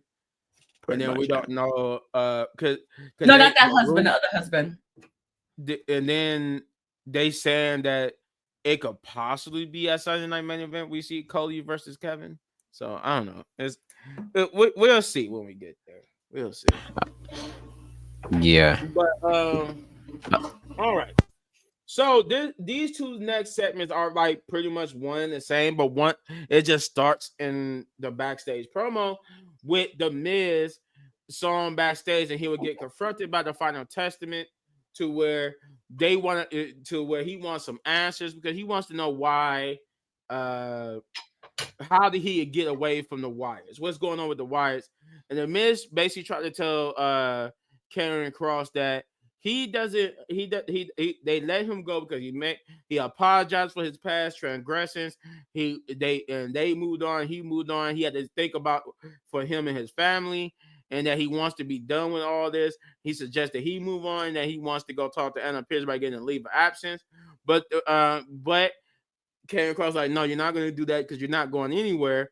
You want to go? He said you're not going anywhere because you haven't. I don't believe you because what you. So you just apologize and he just let you go. He said, no, I'm not going to believe. I'm not believing you. Remember what I said about breaking your legs? Yeah, grab him. They grabbed him and forced him to the ring. And I don't know how, but somehow in between them dragging him from the back into the ring, somebody accidentally cut Miz over his eye. Cause he just like you can't say like it happened, like the camera was always on the Miz, so it wasn't like one of those situations where okay, yeah, they look away, they bust like a blood packet or something. That was legit blood, like somebody accidentally, and they, God dang, they struggling and whatnot. I guessing Razor or with them must have accidentally scratched the Miz over his eye because he was bleeding. He was dripping blood from his eye. Cause you could tell by the time he got through, the camera followed him from the back to the stage, and by the time they got to the stage, they threw him down on the stage, and that's when you notice that he was bleeding. And then pretty much it got bad from once they hit the stage to the ring. That's where it got worse when he got in the ring. But then that's when we get to the actual full segment here, which is the Final Testament promo where they continuing to grill the Miz about the whereabouts of the Wyatts, and then does the Wyatt music hits and the lights go out, and then when the lights come back on, all the Wyatt family, the Wyatt Six, is standing in the apron, but there is no Miz. The Miz is oddly gone for somewhere, went somewhere off camera, and that'd be another War Games match you can possibly do. Yeah, but they only gonna do 2 though. They're not gonna do how many of them is it? It's gonna be a men's and women. It's always 5 on 5 for both. We did find out who the 5th. I think it'd probably be like a street fight or something. We did find out who Team Liv's 5th competitor is going to be as well. We did find that out. Yeah. Research. Yeah, but so basically, Bo Dallas tells Karen Cross, "We're here," and they get into each other's face. Bo Dallas laughing, but as they in the ring going face to face with them, the Miz will come back into the ring with a chair and hit Eric Rowan and basically take him out, which kind of threw me off because I'm like, first the last time we seen something like that with Eric Rowan, he just took the chair shot and was acting like a monster with it. But all of a sudden now, when the Miz hit him with a chair shot, now he gets taken down to the ground. So that was kind of weird, odd booking for Eric Rowan. But The Miz basically took out Eric Rowan with the chair, and then they looked in shock, and then you just got Miz looking at Bo like, yeah, and then you just got Bo just looking at both him and Karrion Kross and just start laughing, and then the brawl was a shoe where at first the Wyatt Six was getting the upper hand. It was nice seeing Scarlett actually get physical. You don't rarely see that in WWE where you see Scarlett get physical. She rarely gets physical. But she's always dressed to wrestle. Yeah. Well, we could say she's always dressed to wrestle. She's dressed for something, but I don't know about wrestling. But you know the weird thing is she's an okay wrestler because she can wrestle for the most part. They just don't. I don't know why WWE don't let her wrestle a lot. I don't know. Who? Scarlett. I don't know. I think they're trying to get her in that role. If they were to, maybe they'll do something with them, probably like on the Raw before Survivor Series, because I don't think they're gonna do anything with them for Survivor Series this year. Especially with them having a women's War Games and stuff like that. So I can't see it. Yeah, but she has wrestled since being with WWE, but it's rare. And then, but if you watch her independent stuff, she wrestled a lot when she was on the independent scene. Even in TNA, she did intergender stuff too. Yeah, so she could definitely wrestle. It was just weird that WWE doesn't use her like that. But anywho, it was like literally every member of the Y6 and every member of the Final Testament, including Scarlett, was fighting. I forgot to mention too that this is all because they want revenge for Paul Ellering, considering that Paul Ellering has ties to the Wyatt's family. So yeah, they were brawled. The Wyatts would get the upper hand, but then the Wyatts would get beat up, and the Final Testament would finally take the upper hand over them, standing tall and leaving them beat up in the ring. But again, Bo Dallas crawling towards the rope, laughing, which was the second time in this segment that Karrion Kross got freaked out by Bo Dallas because, I'm like, for the person who deals in the whole mystical things, you getting freaked out by somebody else being all mystical and weird, and you supposed to be mystical and weird too. But I guess he was freaked out that Bo Dallas, even after beating him up, he keep laughing at him. So they kind of freaked Karrion Kross out. But yeah, that would be like the end of that with them just staring down the Wyatts as he would laugh at them. So with that being said, Shay, what did you think about that promo? I don't know why. I actually believe Miz. I really did believe Miz. I don't know why. I did him too. I ain't gonna lie, I did too. Like, what the heck, Miz? And you was in this plot the whole time. And I felt kind of sad because that's the first time the Wyatts look kind of, outnumbered, like packed up. But yeah, I think they're gonna come back. They're gonna beat them up next time they see them, though. Definitely. Khris, what did you think about that promo? I was still trying to see at what point did The Miz ended up had like the little blood thing. Like how did he get blood? Like how did he get blood like near his eye? I'm like, from when he was coming back, like when they had him backstage, he was all right. They carried him out to the ring, and then next thing you know, he was like bloody. I was like, hold on, where did they kayfabe pop the blood capsule? Remember, I said the first when they got to the front of the stage and they threw him on the ground, you could see him bleeding right there. That's when you first see it, when they throw him on the ground on the stage before they get in the ring. When you get in the ring, that's where it got worse. But the first time you see it is when they threw him on the ground when they got to the front of the stage. Gotcha. After they left Gorilla and got to that, where they usually come out after doing their entrance, that's where you noticed it, because when they threw him on the ground and he turned and went like this to them, you could see it starting to come down like a little bit. Okay. So gotcha. if I would have to guess, it didn't happen when they first grabbed him. So it had to have the cut had to have happened right before they got to Gorilla, you could tell by the time they got to Gorilla, you could see from the way how the cut was going. By the time they got to Gorilla and to the stage, it was already coming down. So when the camera was like on his back, as they was following them, and they got right before they got to Gorilla, somehow all that struggling, he must have accidentally got scratched right there above his eye. That's probably so about that's happening. That or probably by one of their gloves or it fingernail or something. Like, it had to be something like that because it happened before he got out to the stage, but it happened after they grabbed him, so it had to happen right before they got to Gorilla. Yeah, but it was cool though. All right, Leo, what did you think about it? I enjoyed it. I mean, which segment we're talking about? Or is this a segment or a match? The Final Testament promo, the whole Final Testament thing. I mean, I kind of felt like for an instant that they were kind of using Miz to turn face again, but then I'm like, knowing Miz and how his bag of tricks work, this could all be a ruse, in which it turned out to be.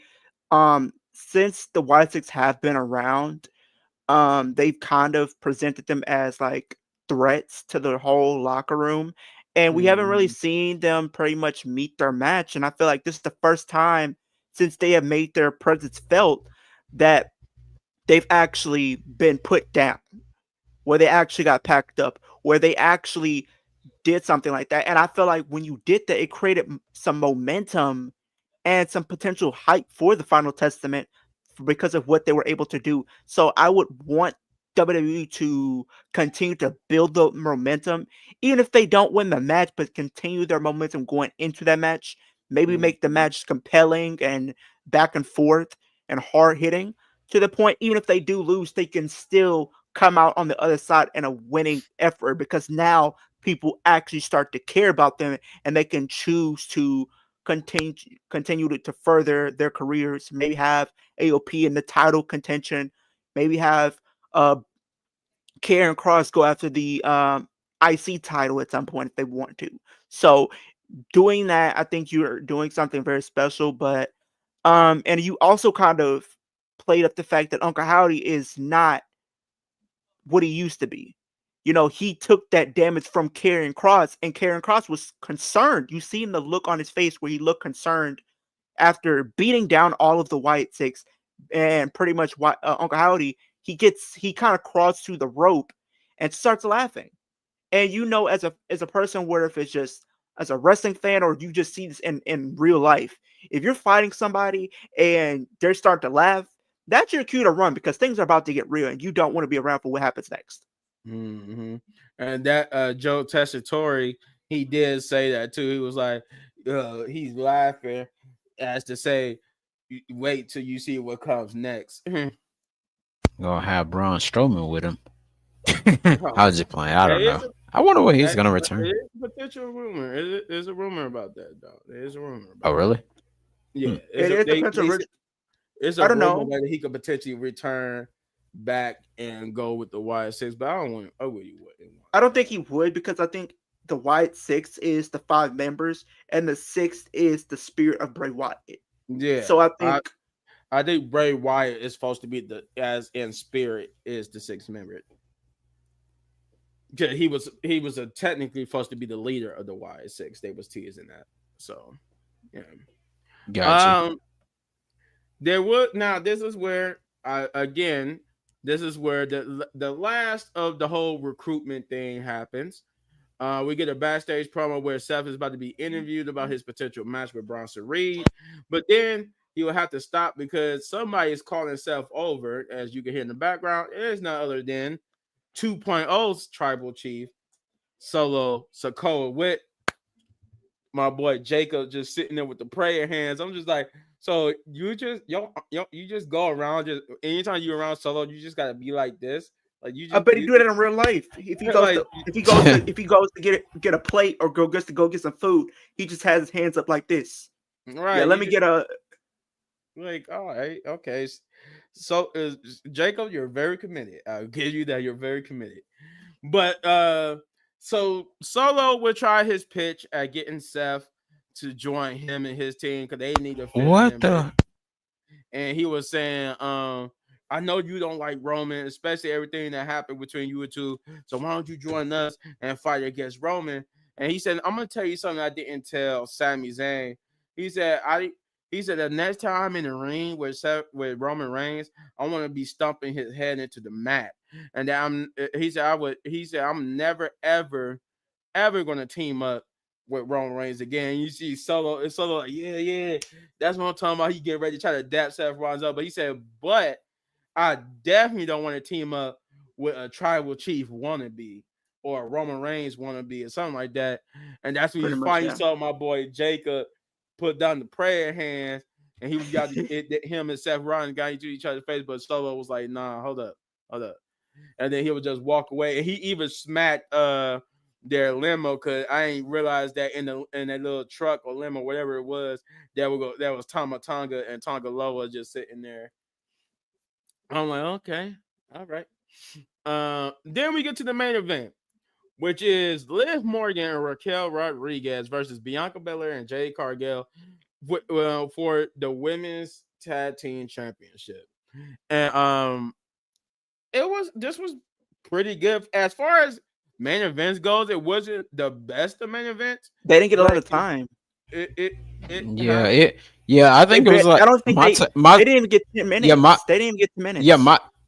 My time it was 9:48 here, so Leo had been like 8:48 your time, and the show pretty much so they went on commercial break. I think they went on commercial break like twice during that. Yeah, they went on commercial break twice. I'm like, why y'all going on break at 9:53?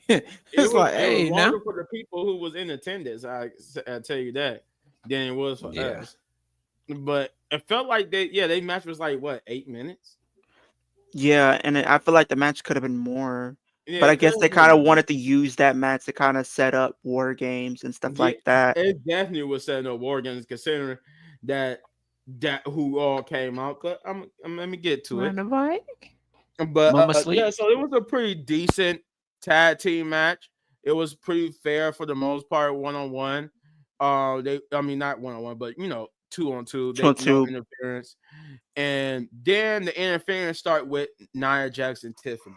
Nia Jax will come and do a Samoan drop onto Raquel while not Raquel, but Jade Cargill, while Raquel and Tiffany distract the referee.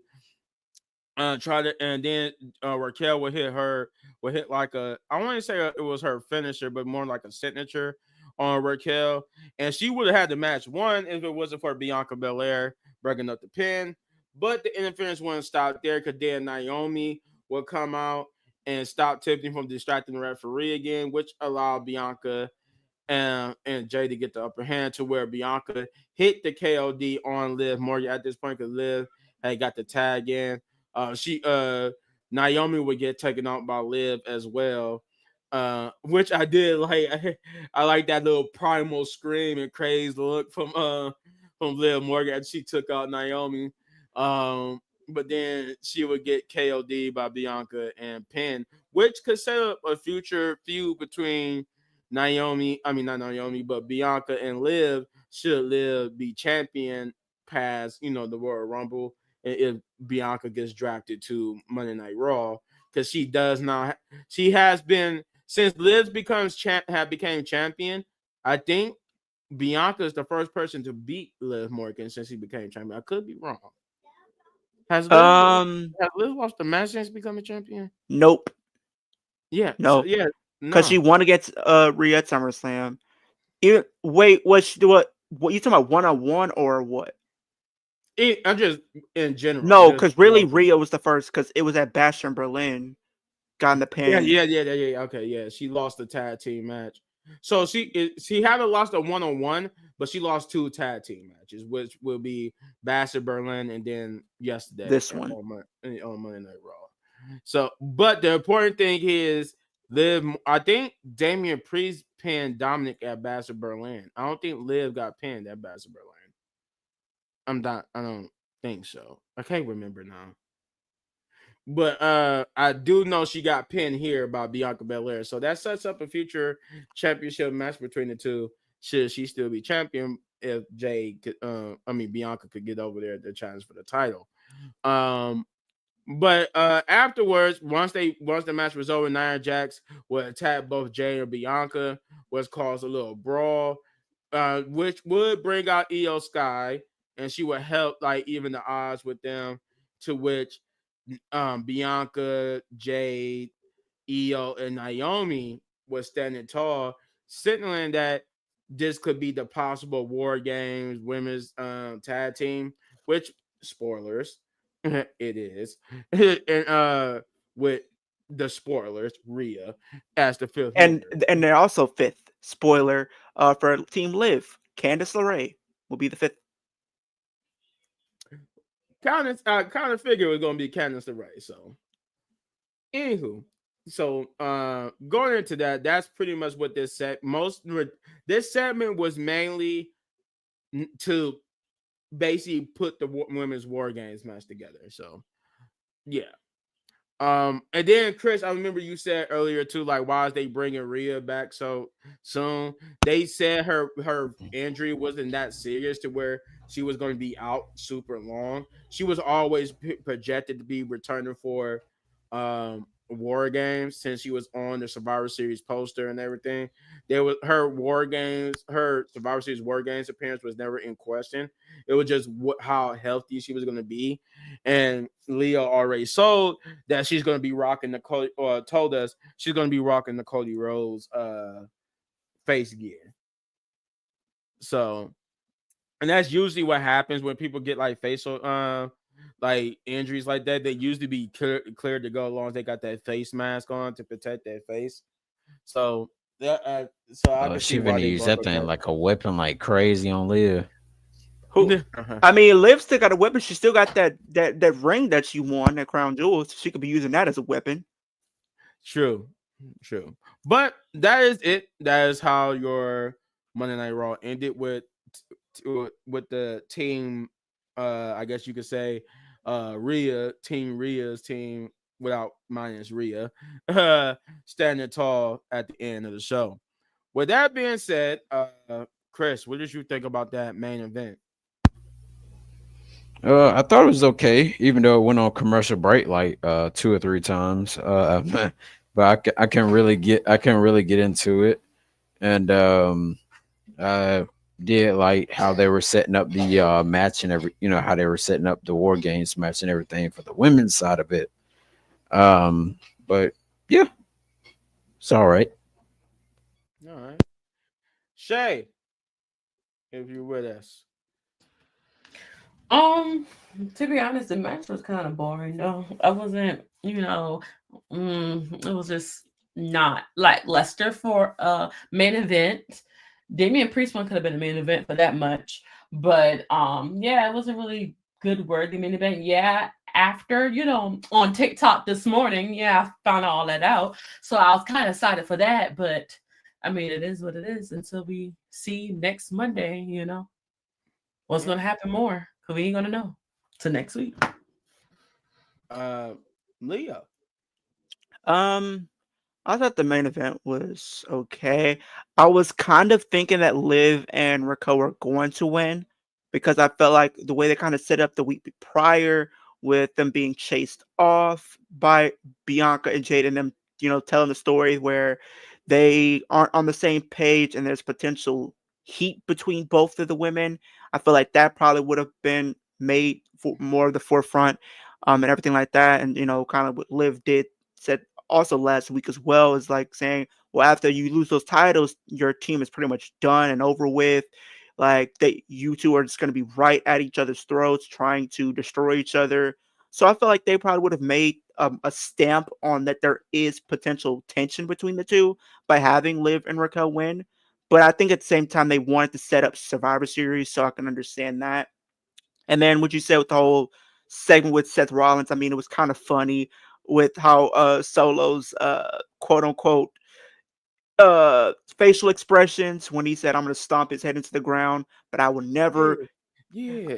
I'll never stand alongside you as a wannabe Roman Reigns. I love that. So he was just like, and what? then you got Jacob just puts his hand down like, now how could he Like, say that? And then Seth Rollins hit the car as he was walking by. right as you walked off, and you just see Tomatonga and them. That I did until he hit What? the car. I did not realize Tomatonga and them was just sitting there. And then you got Solo.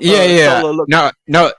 Yeah, because Tonga was on the passenger side, and Tonga Loa is always driving. He is always driving. Like when they came here back in September, he was the one that was driving. Tonga Loa is always the one that's driving. I don't know why. I'm surprised he doesn't botch that either.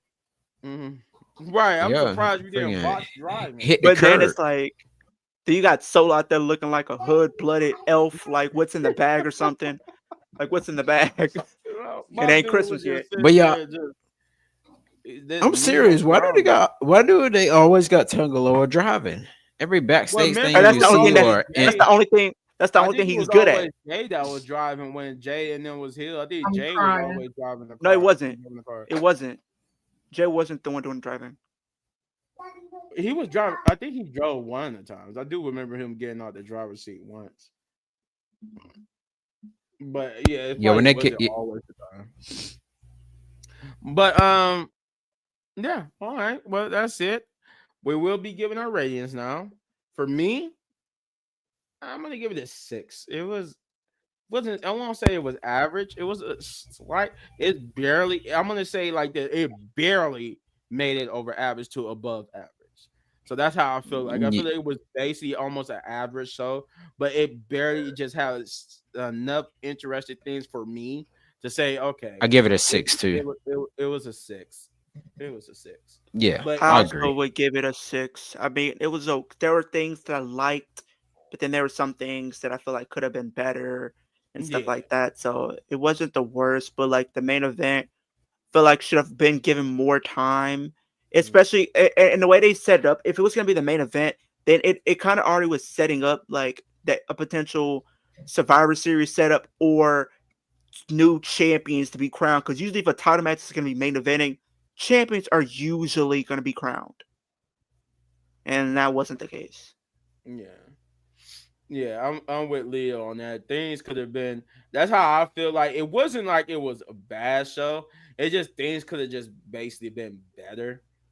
But that's why I say it's a 6 because it wasn't bad. It just could have been better. But yeah, know the rules. Leo. You heard from Leo and Khris. They gave them some 6s. So it's Shay. What do you give it? Probably 5.5. It wasn't. It was too much. It was too much promos. It wasn't a lot of fighting. Like it was just promo after promo after promo after promo after promo. Talking. That's it. Commercial break. You gotcha. I'm pretty sure there was probably besides, well, no, you know what? Because it was pre-tape, so they probably did instead of doing dark matches, they just did matches for the next week's Raw. I forgot about that. I was about to say there were some wrestlers who didn't wrestle on the show that were wrestling gear. Yeah. So it was probably the people who had matches for the next Monday Night Raw. So yeah. But all right, Shay gave it a 5.5 or 5.5. So with that being said, that's all of our that's the wrestling review. We gave you some news in between, talked about next week, gave you some potential spoilers for next week, or not potential, but spoilers. But yeah, that is the Monday Night Raw review. As we always do, let me bounce back over here real quick. There we go. Now with that out the way, first things first, you see the man, the myth, the legend, the person who brought us together, Khris Wrestling Views. Go there to subscribe to his channel because the man is almost to that first YouTube plaque, and we want to get him there. So as you know what I'm about to say, hit that like, subscribe, share, hit that notification button, do all that type of stuff, so that man could get to that 100,000 subscriber mark. And maybe, just maybe, he will be the first of many of us to finally be able to put working life aside, and this would be his full-time job. So, with that being said, Then we got Leo down there. That's kicking in with Leo. We get over there and hit that like, subscribe, share, hit that notification button for him as well. Subscribe to his channel. Let's get him to 5. Well, no, you got over 500 subscribers, don't you? No, I'm at 336 right now. Okay, 336. Yeah. So yeah, let's get him to 500 subscribers, so we could get him going as well. Hey, maybe get him to 1,000. But like I said, hit that like, subscribe, share, hit that notification button for Kicking It with Leo. And then we got Shay here with her channel, Know the Rules. Get over there and hit like, subscribe, share, hit the notification button so we can get her to 500 subscribers as well. Where she, and if you're a football fan, she does football videos along with wrestling videos as well. With that being said, then you got me right here, Little Bit Man Gaming, where I do gameplay videos. I did, if you guys seen, I did just get done doing a Call of Duty Black Ops 6 video earlier today before I got on the stream with you guys. So you guys like Black Ops videos, and I got some on the channel. I might do another video later on tonight. We'll see. But I do gameplay videos, reactions, all that type of good jazz, reviews for both movies and wrestling. So if you like that, get over to my channel and hit that like, subscribe, share, hit that notification button, do all those great things. And shouts out to my new subscribers, tribe members as well. And for the people who couldn't be here, Jeff Wrestling 23, get over to his channel and hit that like, subscribe, share, hit that notification button, do that for him. Again, that's Jeff Wrestling 23. Shouts out to Punch, who also couldn't be here, but he got a channel too. It's called No Regrets on YouTube. Get over there and hit that like, subscribe, share, hit that notification button. Do all those great things for him. And shouts out to our main man Hector. But and you thought I forgot, but I didn't. The channel that's bringing you this entertainment is the first thing you subscribe to, which is the Wrestling Pit Podcast. You get over there, hit that like, subscribe, share, hit that notification button, do all those great things for the Wrestling Pit Podcast, because that's what's bringing you this wonderful video and get us to 500 subscribers there. With that being said, that's it. That's all we got. So we usually do our sign off. I see Khris over there getting into some NXT. We got all catch up. Oh yeah, we all Leo is too. Yeah, Leo is too. So we go get off of here, catch the rest of NXT. But as we always do, we always have to sign off by saying Wrestling Pit Podcast, baby. I guess I'm the one who said it. Anyway, peace out, y'all.